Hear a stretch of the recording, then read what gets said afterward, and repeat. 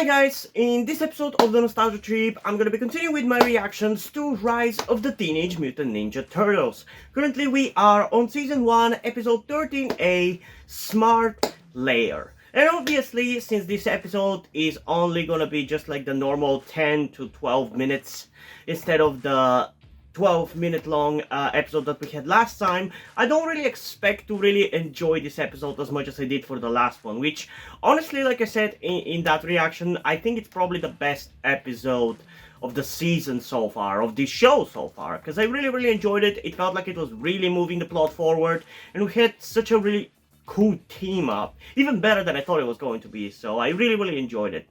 But just like how it has been for the previous couple of episodes before that, the quality has been up even for the random filler episodes, like what I assume this one is going to be like. So I'm really expecting to still enjoy it to a certain extent, and yeah, I really am. I'm kind of unsure which show out of the two TMNT shows that I'm checking out right now I enjoy more, if I gotta be honest. Because in a way, I think the quality of the Rise of the TMNT is probably better, because it's not only more modern show, so it follows the more modern sensibilities of how you do a show and what kind of pacing you have for a show. So it's more enjoyable. Like, I almost never have a moment during the reactions where I feel like I'm bored and I just want the episode to end or whatever. But at the same time, I'm really enjoying the vibe of Season 3 of TMNT 1987, so yeah, I don't know. I'm kind of enjoying both shows for very different reasons right now, and I'm glad that that is the case, because sometimes there was moments when I just really felt like I wish I didn't start doing reactions to these two shows. But anyway, right now I'm feeling better about it and I'm enjoying both shows at the moment, so yeah. Before we get into the reaction to this episode though, and find out how I feel about it, I do want to remind you that you can get a full-length version of these reactions over on my Patreon or Ko-fi account, where by subscribing to the specific tier I've created for it, you can get access to all or some of my full-length reactions, which includes cartoons, short live-action TV series, long live-action TV series, and movie full-length reactions. Alternatively, you can also just stick with the YouTube version of these reactions. It's ultimately completely up to you. And yeah, enough chit chat about things you don't give a shit about. Let's just get into the reaction to Smart Lair in 3, 2, 1. The hell? Help me, Lujitsu. Oh yeah, who's your daddy, mummies? Oh no. They're already bringing up what we learned last episode about Lujitsu being their dad, huh? Where do you think you four are going? I give you all Sheldon. Good morrow, kind sirs. Uh-oh. Sheldon is our automated smart layer. Okay, so he's gonna become a rogue AI and attack them, isn't he? Complete the free of menial chores. Applause, and waiting for your report. Okay, but what can he do for me? With my help, snacks are only a split second away.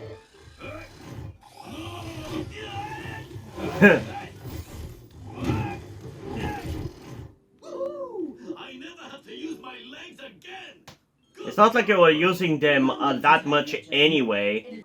Dude, Sheldon is crushing it, Donnie. What? Raphael, I cannot hear you over you eating thy words. Yeah, I was gonna say, so he did eat thy words.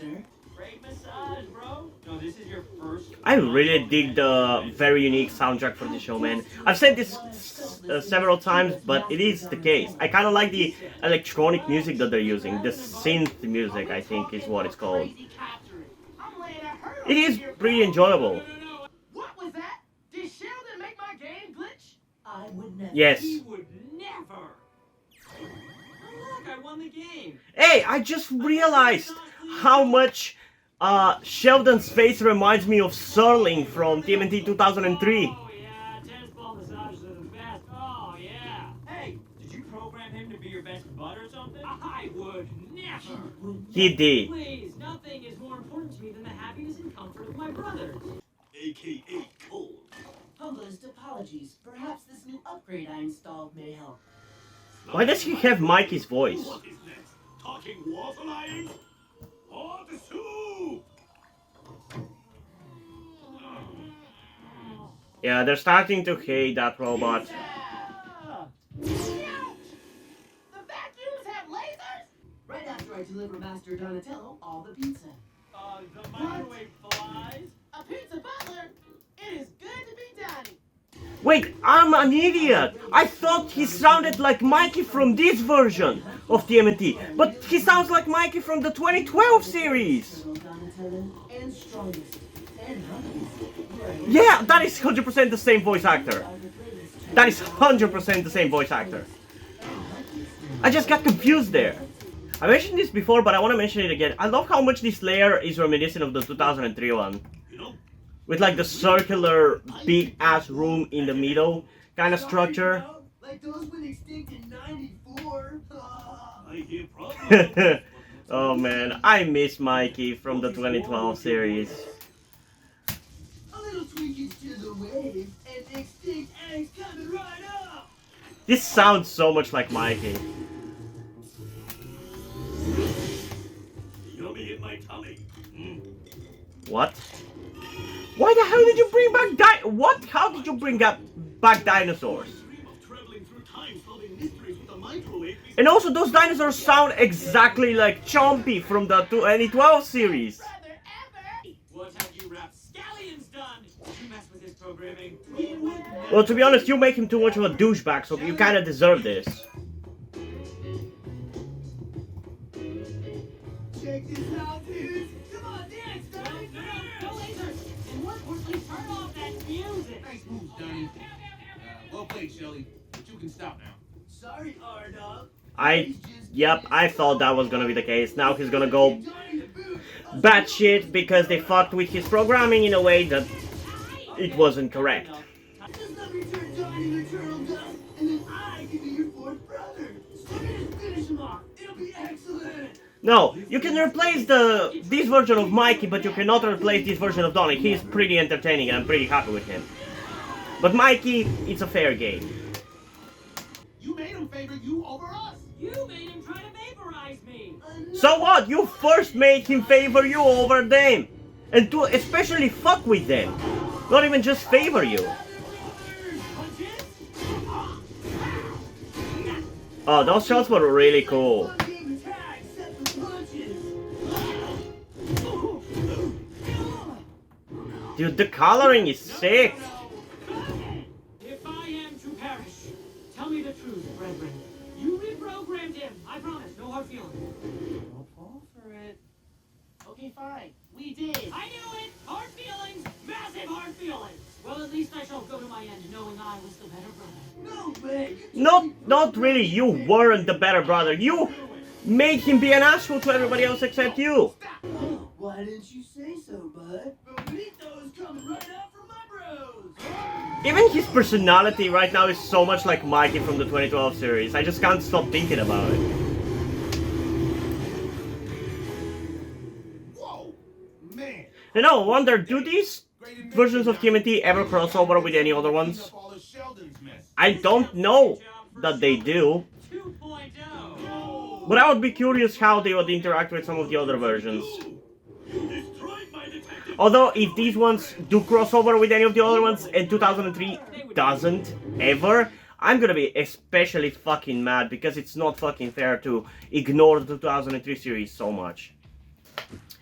But yeah, okay, so that was this episode, I guess. They kind of dealt with it pretty easily, I feel like, at the end there. But yeah, I feel like this episode overall wasn't that exciting. It genuinely felt like the definition of a filler episode with not much happening, not even like an interesting random mutant of the week or anything like that. It was just kind of random event. It wasn't necessarily bad or anything, and I definitely liked the references, for lack of a better term, to the 2012 TMNT, with the voice actor for the robot being clearly the guy who played Mikey in that version. I enjoyed that about this episode, but there wasn't much besides that I really cared about. There weren't really any moments where there were really funny jokes, and in general, like I said, it just felt like a filler episode. I don't really have harsh feelings against this episode because of it, but again, that is kind of a harsh feeling on its own when you think about it, because in my eyes at least, it's far worse for an episode to be boring than to be bad. Because at least when something is bad, I am feeling feelings towards it. Whereas when it's boring, I don't really care either way. And I wouldn't call this episode boring, but it's definitely the least interesting episode of the last bunch or so, you know? There just wasn't much going for it. Like I said, it's the definition of a filler episode. But at least it was a harmless filler, to be honest, and it had at least one thing going for it, that being the voice actor. So yeah, in terms of a rating, I think I'm going to go with a 7.4 out of 10, because I still think it was a pretty competently made episode, and it definitely wasn't, like I said, as annoying or as bad as some of the early episodes were, those that I really complained about all the time. And there was that reference to the 2012 series, so it still had things going for it that still made it pretty decently enjoyable. But yeah, I don't know. What did you guys think about this episode? Comment those down below and let's have a discussion about it. And also, before we end this video, I just want to give a huge shout out to my currently 7 patrons on Patreon: Omari Bridgman, Deadpool, August Dice, Little Uzi, Corby Dead, Shironyan, and Etsap123. Thank you guys for your support, I really appreciate it. It really means a lot to me that you have decided to support me and have continued to support me in such a long time. Hope you continue to enjoy my content and continue to support me going forward. Thank you very much. Another thing that I also want to tell you guys before we end this video is something about me that some of you may or may not know, that will also explain why do I look and dress the way that I do. That being the fact that I am trans. In particular, I am somewhere between a non-binary person and a trans woman. I'm not quite sure at the moment and probably won't be sure until I talk to a professional who deals with trans people, but that is where the reason why I'm telling you all this comes. I need your help. Due to the fact that I live in a homophobic and transphobic Eastern European country with a family that won't really accept the fact that I'm trans if they found out, there is not really a feasible or easy way for me to transition here with minimal repercussions. So that's why I would really appreciate any kind or any amount of support that you guys can give me with this. That said, I don't want to guilt trip you or anything, so if you don't want to or you don't have the means to help out, that's fine, don't feel bad. I just want you to know that it would be greatly appreciated if you did help me out get out of this situation. If you have any questions, feel free to ask, and thank you for hearing me out. And yeah, hope you guys enjoyed this video, and if you did, please leave a like and subscribe. Also, check out the links in the description to my Twitter if you want to follow me over there, and to my Wattpad where I post my stories, because in addition to doing all these videos on my channel, I'm also a writer. And if you don't enjoy my stories or simply enjoy my videos, you can head over to my Patreon or to my Coffee account where you can pledge your support and help keep the channel going, help support me so I can keep writing stories you enjoy. But if you don't want to do it, that's completely fine. You can still help me out in other ways, like liking this video, subscribing to the channel, and especially sharing this video with somebody who you think might enjoy it. And I think it's pretty much it for this video, so hopefully I'm gonna see you in the next one. Bye!